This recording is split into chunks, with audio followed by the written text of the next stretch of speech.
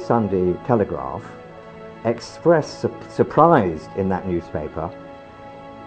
He wrote, "In the present crisis, almost the entire Western media have chosen to champion the Croats." He goes on to ask the question, how are the Serbs expected to react to the decision to adopt the Ustaši's checkered symbol as the Croatian national flag?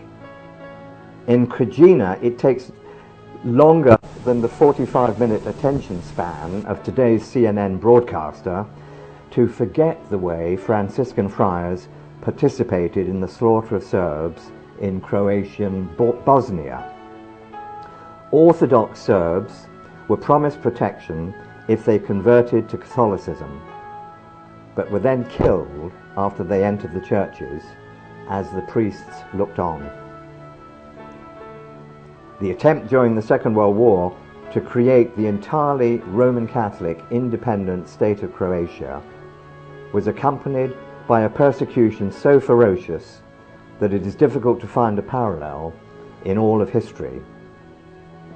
The Inquisition applied to the Serbian Orthodox by the Croatian Catholics accounted for 700,000 Serbs tortured and killed in just 4 years.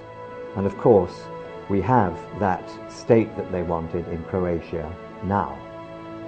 In the year 2000... Welcome back to Truth Seekers. If you'd like to call in, we've got about 7 or 8 minutes left. Any thoughts, guys? It's pretty heavy stuff. Well, I wondered why there was this war that was going on during Clinton's presidency where the Serbs were after the Croats, and I was going, what's this all about? Why are they so gung-ho on blowing up the Croats? But I never knew this. This happened during our time, and it's amazing how the world media kind of didn't cover that.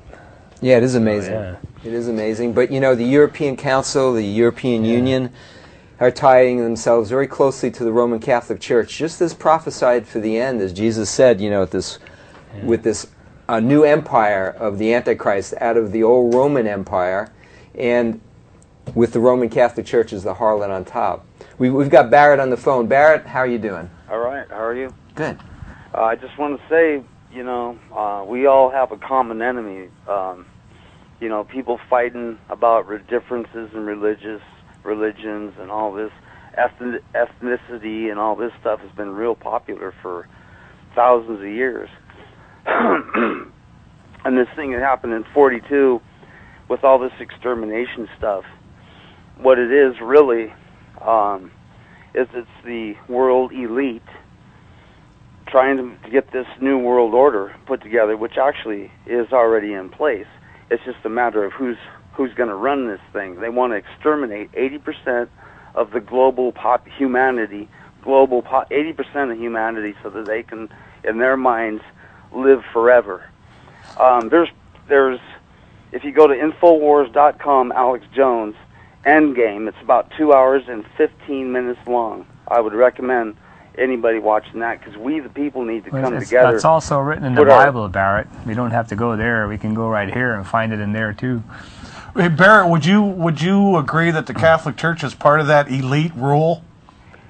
I don't. I wouldn't label any religious sector or anything. Because I would say that it's these people like Cheney, who's the CEO of Hal Burton. But they're all puppets, and this has been prophesied a long time ago right here in this book. So if you want to know who's really behind it, that's where you go. Hey, Barrett, the interesting thing is, we were talking about this one world government. All Christians have been talking about it since the beginning of Christianity. And so we're well aware of what you're talking about. We know it's coming. It's just you're going to be surprised at who's involved, because, as Sean says, this book explains a whole lot of it. Barrett, what did you think about the Catholic Church and their involvement in Croatia as a country, and the cleansing of the Serbs out of Croatia? I think it's just people being turned against people by the richer.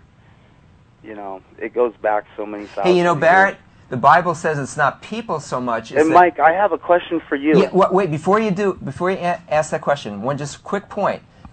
It's not so much the elite. They're deceived too, and they're being led to a great extent by Satan. Few of them may be Satan worshippers. Oh, they are. Yeah. Okay, go ahead. What's the question? Oh, you better believe they are.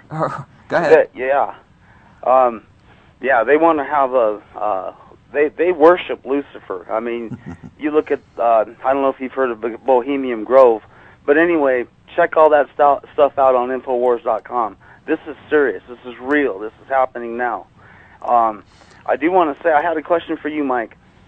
Now, say today you believed in what you believed in your Eastern religion. I don't know if it was that Buddha is the only thing. I don't know. I was more into Hinduism. Go ahead. I was more into Hinduism. So what was the difference between Buddha and that? Buddhism and that? Well, Hinduism just, they've got a plethora of gods, and Buddha, of course, came along and said he really wasn't into the whole God thing as much. He was an ex-Hindu, and he just came out with a whole bunch of rules to live by, essentially, and men have made him into kind of a god figure, but Hinduism has lots of gods, as you know, because you're into Hinduism. My question though. Yeah. Okay, if you were to pass away like next week, and you believe the way you did before, and you were to pass away next week, and you believe the way you do now, what would the difference be? And I hope you're not going to say, "Oh, I'll go to heaven." You mean what's if really I was to pass away before I was born again, Yeah. versus after? You're saying? Right. Yeah. Yeah. Yeah. No, I mean, your prior belief to your belief now. Yeah. If you're not born again, yeah. Jesus said that you need to search for God with all your heart and soul, and you're well along. You've been searching really hard. You're into Hinduism. I was too. Anyway, just keep thinking. hey, Mike. Yeah. My program comes on in about 5 minutes. Channel 11. Check it out. I'm here. It's going to be hard to do that. It'll be on the monitor. You won't be able to hear it, but anyway. Okay, maybe. You guys have a good evening. You too, Barrett. Yeah, one thing I would like to at least comment on our program tonight and the film clips you've been watching, relating to the Catholic Church and what Jesus says in his teaching out of Matthew chapter 7. Beware of false prophets who come to you in sheep's clothing, but inwardly they are ravenous wolves. You will know them by their fruits. Do men gather grapes from thorn bushes or figs from thistles? Even so, every good tree bears good fruit, but a bad tree bears bad fruit. A good tree cannot bear bad fruit, nor can a bad tree bear good fruit. Every tree that does not bear good fruit is cut down and thrown into the fire. Therefore, by their fruits you will know them. Look at the Catholic Church and the fruits they have bared since 300 AD, when Constantine and the Emperor Constantinople created this Roman Catholic religion. They were killing people then. They're killing people today. A zebra does not change its stripes. Look at all the priests that have been in trouble way beyond any other religion in terms of molesting children, and then the hierarchy just sends them to other parishes and covers it up. And even how they got into that, it's like the Bible says, take no oath, let your yes be yes, your no be no. And here they go and they take these oaths of celibacy. And go ahead. 20 so when you take an oath of celibacy, on the one hand, you're telling Satan, you can't tempt me in this area. You've disobeyed God in taking the oath. And then look what Satan does. Like the very thing they take We'll see you guys live next week. We should be here. If not, there'll be a rerun on. But I'm pretty sure we're scheduled.